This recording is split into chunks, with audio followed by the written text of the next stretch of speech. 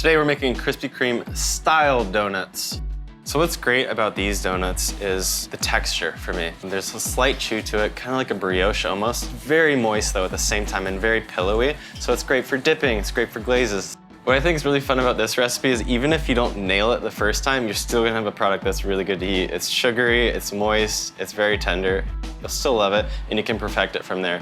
For this recipe, the equipment you need is a basic stand mixer, ring mold to cut the donuts, and then a fryer setup and a thermometer. The first thing you need to do is get your wet ingredients at the right temperature. Take a pot over low-medium heat. And just slowly heat it up to about 100 to 110 degrees Fahrenheit. At that point, transfer it into the stand mixer bowl. Add the yeast and mix. So now you have that base going in the stand mixer. Let's get the dry ingredients ready. Combine the bread flour, granulated sugar, salt, and diastatic malt. Diastatic malt powder is very common in the baking industry. It's going to make it rise faster and improve the texture in the dough. Now we're ready to add the dry ingredients to the wet ingredients. Turn the stand mixer on low speed and begin to add the dry ingredients 1 spoonful at a time. Now you have all your ingredients together in the stand mixer bowl. Increase the speed to 7 out of 10 and you're gonna mix for about 20 minutes. What's happening now is you're developing gluten and it's gonna cause the dough to get more elastic and pull away from the sides. That's a telltale sign when you're done. Now you need to chill the dough to make it easier to work with later. Cover with plastic wrap and place in the fridge for 60 minutes. Now it's time to roll out the dough.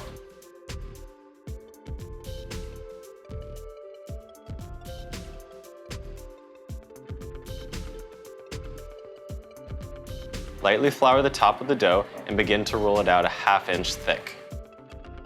If you want to make sure your dough is exactly a 1/2 inch thick, use some books or magazines at about that height for guides when you're rolling.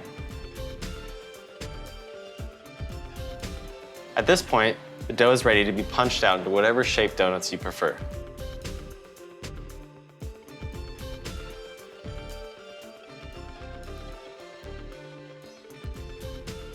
For the final step, you need to proof your donuts.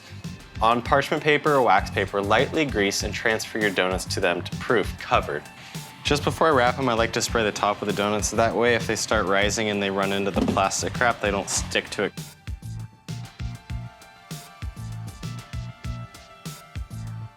At this point, your donuts are ready to fry. What's great about this recipe is the donut doesn't absorb much fryer oil at all because we're using high protein bread flour, and so we work in the stand mixer to develop gluten. That's gonna create a barrier and less fryer oil is gonna make it into your donut, making it healthier, it's less soggy after a 1/2 hour or hour out of the fryer. Now transfer your donuts to the fryer. Again, keep in mind at this point, they're gonna double in size as well. You want to make sure that there's enough room for them all to float at the surface without overlapping each other. You can tell when they're done when each side is amber in color and there's a nice blonde band in the middle of it. When the donuts come out of the fryer, I like to let them rest for about 15 minutes before eating them. It's a pretty quick recipe, so it's fun and easy to do with your friends and family. Oh yeah. Oh my God. Oh man, look at that cream filling. Oh, no way to do this not messy. Do I have some on my mouth? Yeah. Oh my God, my shirt. Ruining my dinner. They're good consistently, like weeks, not weeks. I don't eat week-old donuts.